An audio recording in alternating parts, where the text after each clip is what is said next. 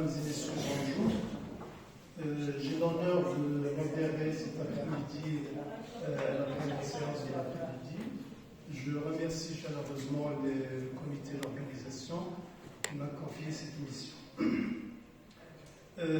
Sans trop tarder, pour gagner du temps, je donne la parole à Madame Amina Maher, qui vient de la faculté polydisciplinaire d'Oxford, qui va présenter une communication intitulée « Lexique et mystique dans l'œuvre Al-Munqidh de l'imam Ghazali ». Vous avez la parole, madame. Je vous rappelle juste que le temps imparti, ce n'est plus 20 minutes, c'est 15 minutes. Donc, je vous prie de... Hein?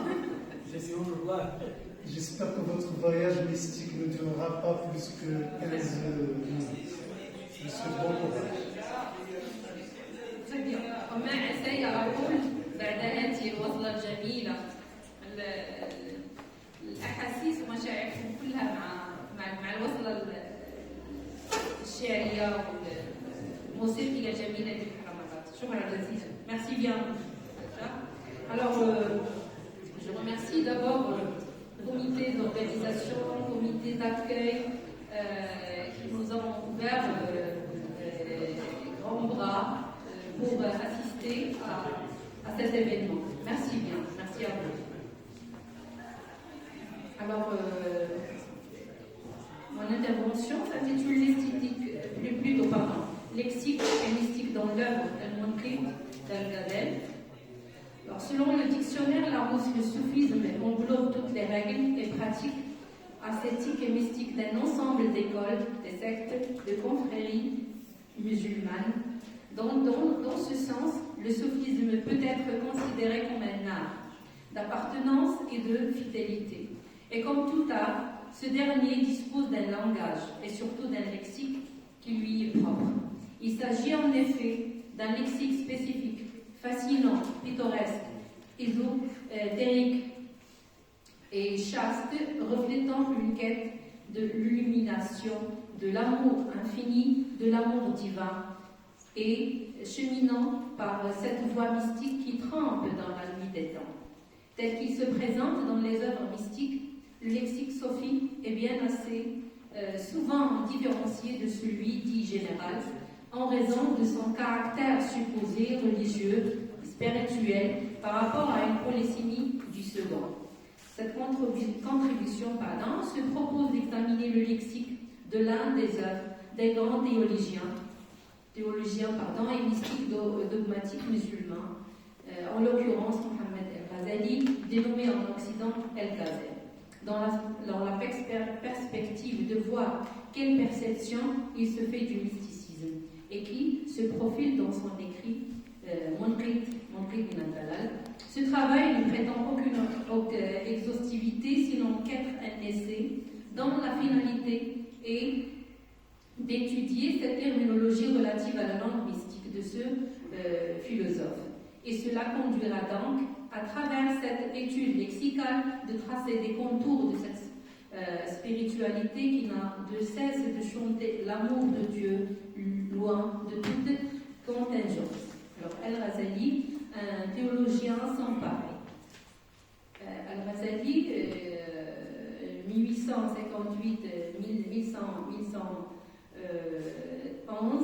juriste représentant l'école Shafi'ite, commentateur du Coran et grand érudit dans le domaine de tafsir, initiateur de l'art dialectique al-kalam, en plus d'être psychologue et polyglotte.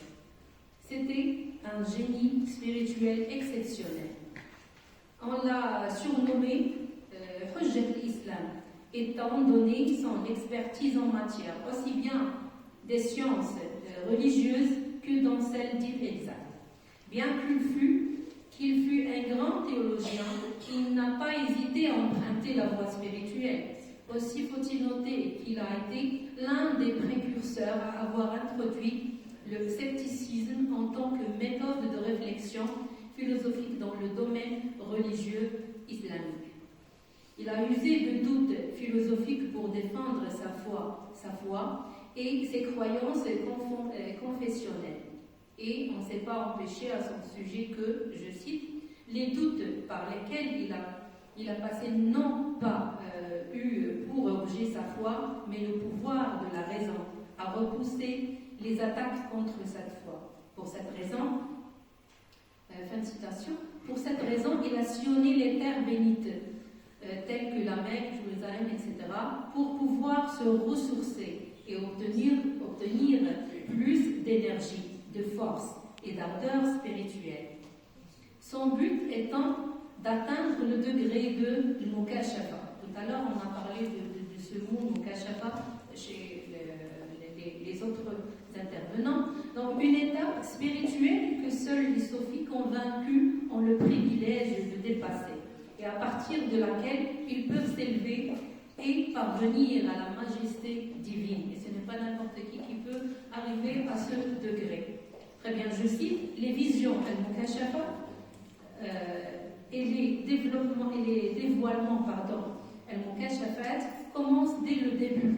Et il arrive même que les sophis voient les anges et les esprits des prophètes en état de veille, Yaqada, c'est ça écrit Yaqaza, qu'ils les entendent et tirent profit de leur présence. Fin de citation.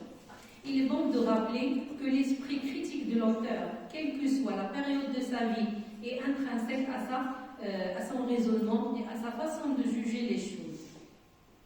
C'est encore pour cette raison qu'il n'a pas cessé de se former dans tous les domaines, et plus particulièrement ceux des sciences religieuses dans lesquels il s'est forgé une grande place et a donné forme et conséquemment une nouvelle conception du sophisme.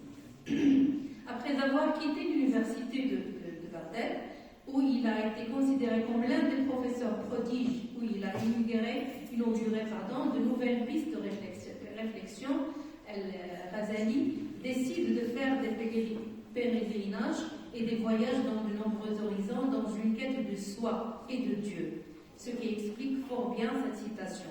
Il se consacra à l'enseignement des sciences et à sa propagation, jusqu'à ce que son âme se dépouilla de toute souillure de ce bas monde.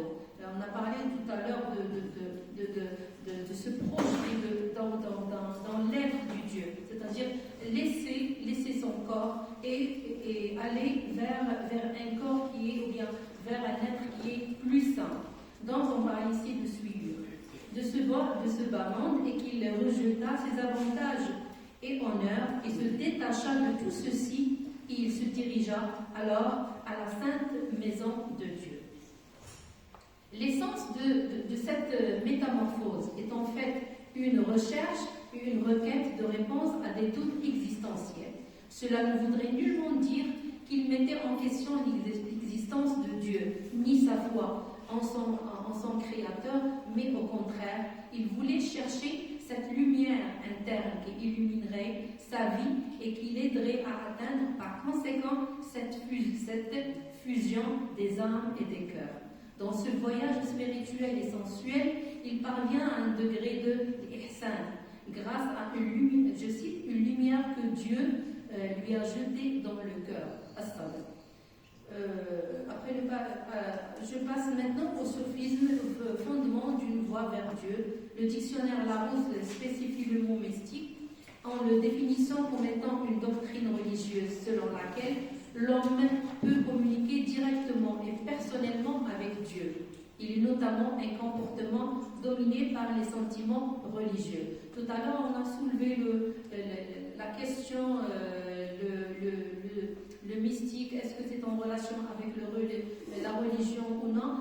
Lorsque je parle ici de Razali, donc je parle automatiquement de tout ce qui est religion et religieuse, et sentiments religieux. Il s'agit d'une doctrine basée en principe sur le spirituel qui illumine la voie religieuse des croyants. Et j'insiste ici sur le mot croyant, c'est de la ferveur touchant les personnes dont la foi en leur conviction est très prononcée. Ces dernières sont adoptées de manière passionnée par ses pratiquants à tel point que cet amour, cette adoration, cette passion, ishq, une certaine fusion entre eux et l'être aimé. Alors, parmi les questions qui ont interpellé respectivement penseurs anciens et contemporains, celle de la paix interne de l'âme humaine était la plus prégnante. Alors, l'objectif primordial était d'unir l'âme à l'essence divine, afin de sentir ainsi cette fusion incomparable. Il est certain que l'on remonte dans le temps, on trouvera effectivement certaines sensibilités religieuses qui cherchent le calme intérieur en se créant des mondes particuliers, voire en inventant des dieux auprès desquels les pratiquants trouveront refuge. Alors, il y a lieu de noter aussi que dans ce sens, que le comportement mystique chez les musulmans est une attitude qui était propre au prophète Mohammed avant même l'événement de la révélation. C'était en fait sa méditation seule dans une grotte qui a fait de lui cette personne unique à son époque. Et trouver refuge dans cette grotte connue, que tout le monde connaît déjà, le nom de Hira, dans laquelle il a trouvé son âme, l'a purifiée. Et on revient encore une fois sur la notion de purification et la notion de sueur et de saleté. Donc il a essayé de purifier en quelque sorte son âme pour qu'il reçoive le message céleste. Ce comportement a fait son effet sur ceux qui avaient cette soif de méditation et de khulwa. Alors, mais en parallèle, le prophète n'a pas quitté la société, ce qu'on appelle la jilwa, pour se cloisonner dans la khulwa tout simplement. Je passe maintenant à Al-Munqidh en tant qu'œuvre qui est très, très, très, très important dans le parcours de Al-Ghazali. Alors, Al-Munqidh, ou la délivrance de l'erreur, un chemin vers une folie d'amour. Pour Al-Ghazali, il faut d'abord se connaître soi-même, et il fait sien le hadith attribué au prophète. Celui qui parmi vous se connaît le mieux son Seigneur. De la connaissance du Seigneur, on passe à la connaissance du monde. C'est en quelque sorte l'universalité de tout à l'heure qu'on a mentionné, que nos collègues ont mentionné.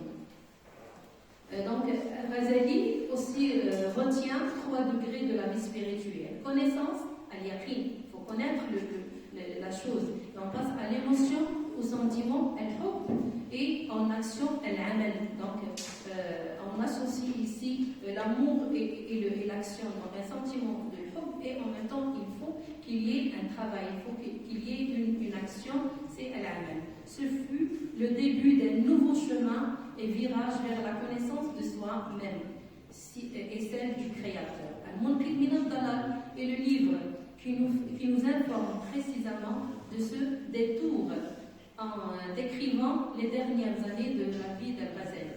Son monde qui, selon lui, était une grande illusion. Imaginez que tout son parcours scientifique et professionnel, pour lui, c'était une grande illusion avant cette quête du sophisme.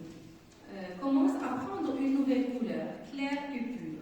Le dit ouvrage est doté d'une cohérence incomparable, de faits et de convictions déterminées, visant l'adoption du tasawwuf. Aussi, on reprend ses propres expressions, c'est la science de l'au-delà. Alors, c'est dans cette perspective que Ghazali envisage de retracer les étapes de sa vie, le parcours d'un intellectuel réputé en quête de découverte et poussé à tout mettre.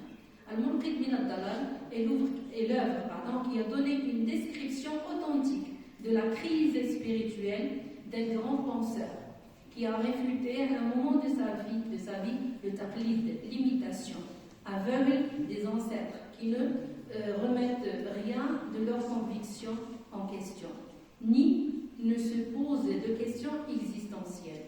Il s'agit en fait d'une réflexion sur l'aspect didactique, les préceptes religieux. Donc il n'accepte pas toute la religion sans se poser des questions. Le Munqidh est un livre où le maître expose sa théorie. Déjà, j'ai pas assez de temps, je vais seulement signaler le lexique utilisé dans cette œuvre. Donc, on peut signaler, on a essayé de catégoriser le lexique utilisé par rapport à la foi. Donc, on va trouver al-akhira, le jour dernier, le séjour éternel.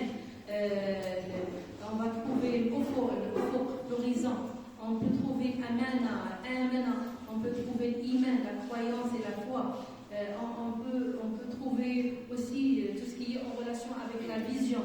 Donc, le basira, la clairvoyance, la perspicacité, sagesse et bon sens. On peut trouver tajalla, se manifester avec clarté.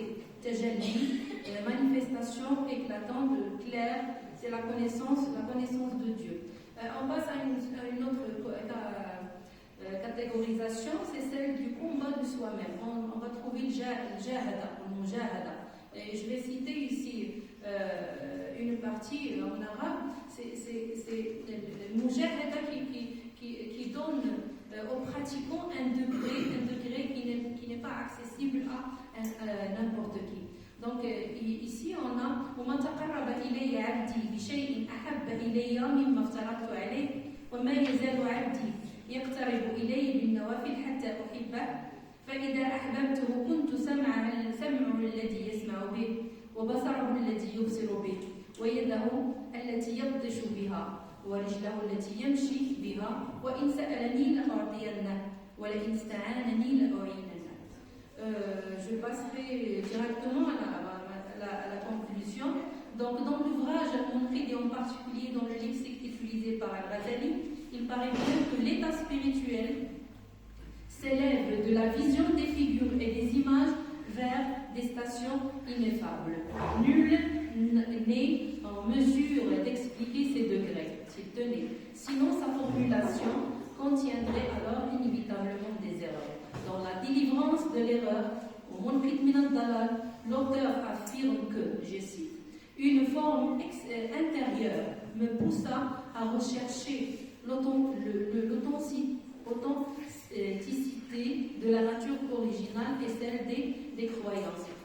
J'aimerais bien, avant de terminer, faire un petit peu le rapport avec Rab'a al-Adawiya, cet amour, ou bien cette folie de l'amour, et je cite, je t'aime selon deux amours, amour de mon bonheur et amour dont tu es digne.